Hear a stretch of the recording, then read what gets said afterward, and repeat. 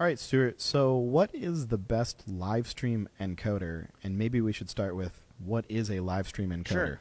Well, you got video, Mm-hmm. and you got to get it digitally somewhere, like on a computer, or your end goal is to take the video that's happening in the room Right here. and get it onto Facebook or YouTube or wherever you're wanting to get it. So you need to encode that video somehow to get it off somewhere else. Well, I think a lot of people get confused because they go, well, can't my computer do that?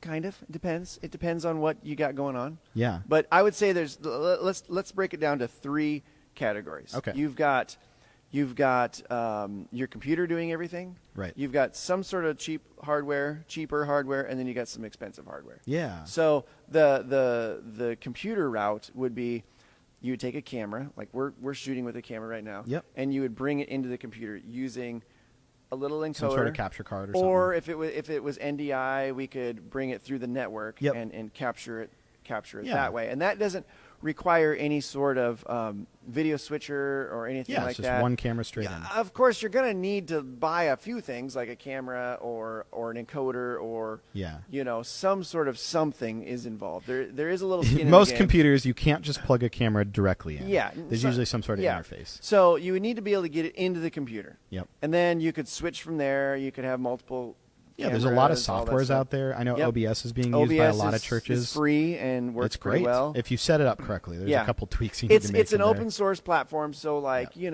you can get in the weeds pretty easy with that stuff.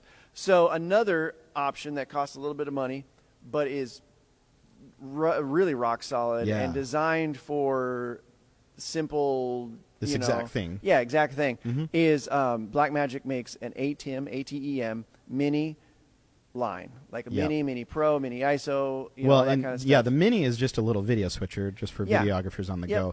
But when COVID hit, they pushed out the Pro really quick. Yeah. And what the Pro gave you was an Ethernet port right on it that you could hardline right into your internet, and it actually handles all of the encoding for you. This is what we commonly refer to as a hardware encoder. Which can technically be cheaper, can technically be the cheapest route. Because let's say you don't have a very fast computer, and you're thinking of buying a computer. Well, you don't necessarily need to buy a computer if you buy this thing. They're not very expensive. Yep. So you could get this, take your hardwired internet. It has to be hardwired internet.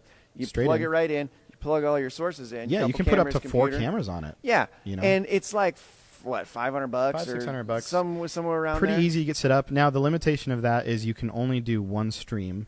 Yeah. So you can only send it to one location, or you would have to find basically a restreaming service. Yeah. Which there's a lot of them on the internet. Yep. And essentially you point that live stream to their service, and then they point it to all the Xers. Because you really don't want to be you don't want to be sending, uploading to Facebook and uploading to YouTube, because then you're going to run out of bandwidth unless you got a lot of bandwidth.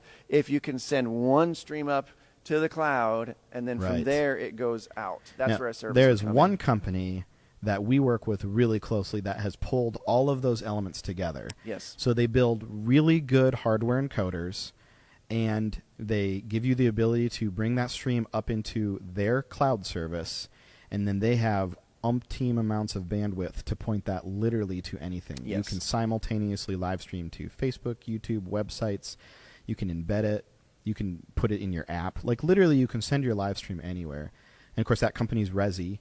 And Resi's been in the game for a long time, way before COVID ever hit. They've been doing live streaming. In fact, they got their start as a company called, they were called Living as One. So churchy sounding. Dude. And they basically pioneered the Life Church model. So when Life Church was looking to do all of their, not just live streaming, but simulcasting to all their campuses, Living as One came in and designed that infrastructure. So what that means is you're talking about a company that knows what they're doing and has done it for a long time.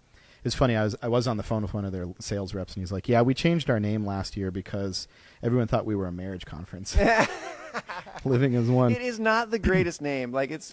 So they changed it to Resi, and basically it stands for their Resilient Streaming Protocol, which is really cool. Go onto their website and read about it. But basically what they can do is any video source you point into, so usually you'll still have to use a video switcher, you'll point that into your Resi. The Resi is a high-end computer in and of itself. Yeah. It does all the encoding for you, proprietary, sends it up via link to the Resi servers, and they distribute it. But this resilient live streaming protocol allows them to ensure that your live stream is never going to have any glitches, never has any jitters, never has any dropouts.